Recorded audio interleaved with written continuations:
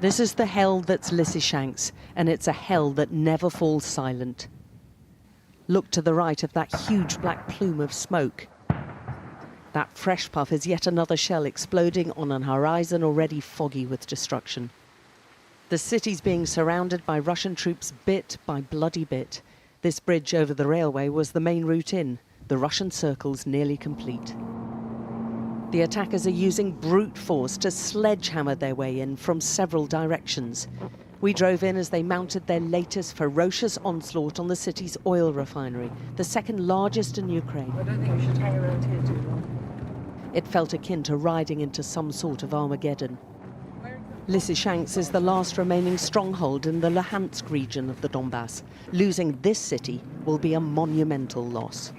Part of the plant is on fire. Many other areas have been hit badly. There are shells coming in every few minutes. But the Ukrainians are fighting the fight of their lives. And they've been battling over this pocket of the Donbass for months. We're with the soldiers of the 24th Brigade, sworn to secrecy about their exact location inside the plant. They're on the move to another fighting position. The Russian troops are 500 meters away, and they've come under savage attack here. But they're bitterly disappointed about losing their twin city of Severodonetsk. It's made their defense of Lysychansk all the more important.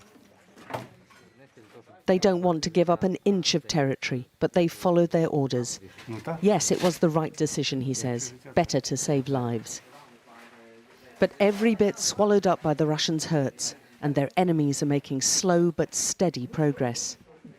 We are going out, but some other units will stay, the battalion commander tells us. He goes on to insist no one's leaving Lysychansk. We just want to regroup in a better position, he says. But the Ukrainian hold on this city looks very tenuous right now. But even as they hastily relocated, there was an air of this being the final battle for Lysychansk.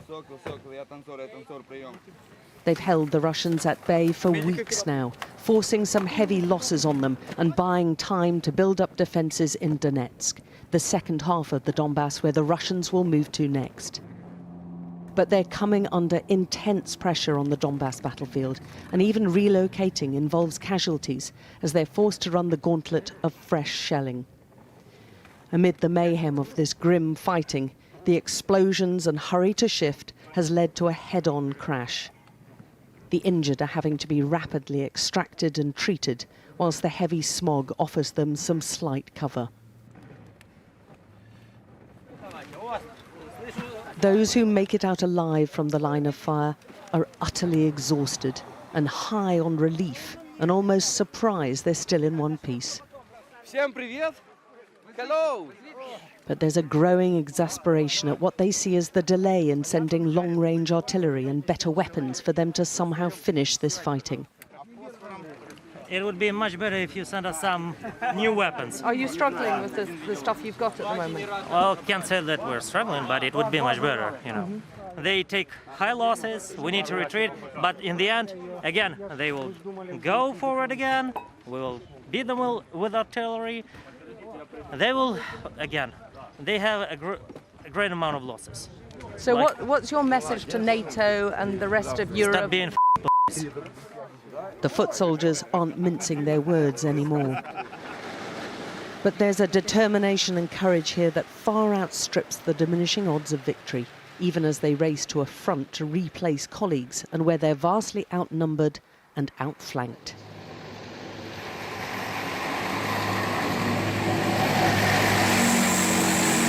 They're still showing peace signs, so I'm getting the impression they're still very optimistic. What's your feeling? Ми так само. Ми завжди за. Ми Україну не здамо. 19-year-old Eugene has a face etched with the grime of war and seeing friends die in Severodonetsk. He spent 4 months sleeping and battling inside this armoured vehicle.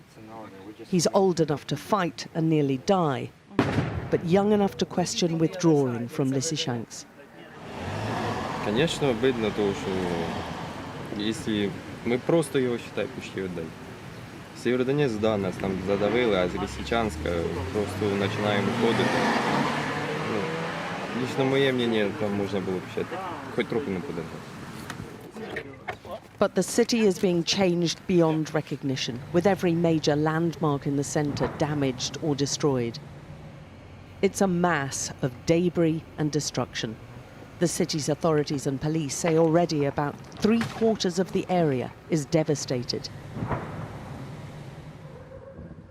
There are several thousand residents still here, where the rumble of deadly weaponry is now part of their daily routine and increased with a savage intensity over the past few days.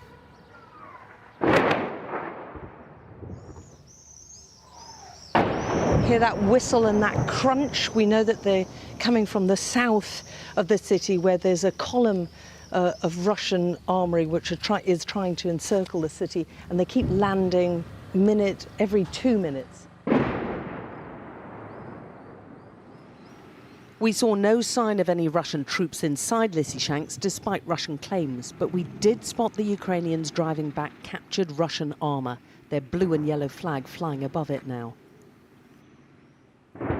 But even amid this small triumph, there are shells coming in, forcing the curious nearby residents to take cover again. The Ukrainians are inflicting some serious casualties on their Russian enemies, but it's still not enough to hold them back. Civilians led us to the body of a Russian soldier, which they say was dumped out of the captured personnel carrier. He'd obviously been badly hurt and had a tourniquet around his leg. The discarded Russian army uniforms were laid out for the residents to see, while the police documented all the evidence for any future investigation, including exactly how he died and what he was doing. With no electricity, there's no operating morgue, but his DNA will be taken to try to identify him. Це, найперше за все, люди. І з нашої сторони буде зроблено все, щоб тіло потрапило до родичів. Volunteers have the awful task of bagging the corpse. Then the body is loaded into one of the few operating vehicles in the city.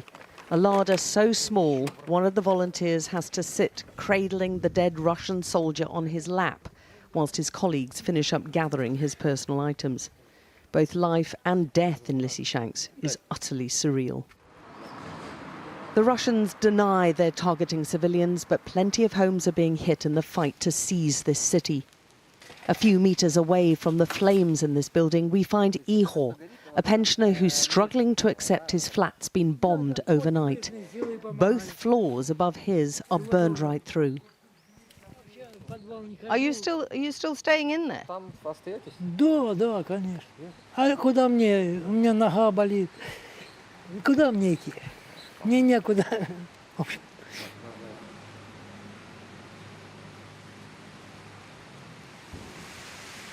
With smoking flats all around him, his determined sprinkling of water to bring down the heat doesn't seem nearly enough to stop the fire's march. Yet the pain of giving up what's his is too much.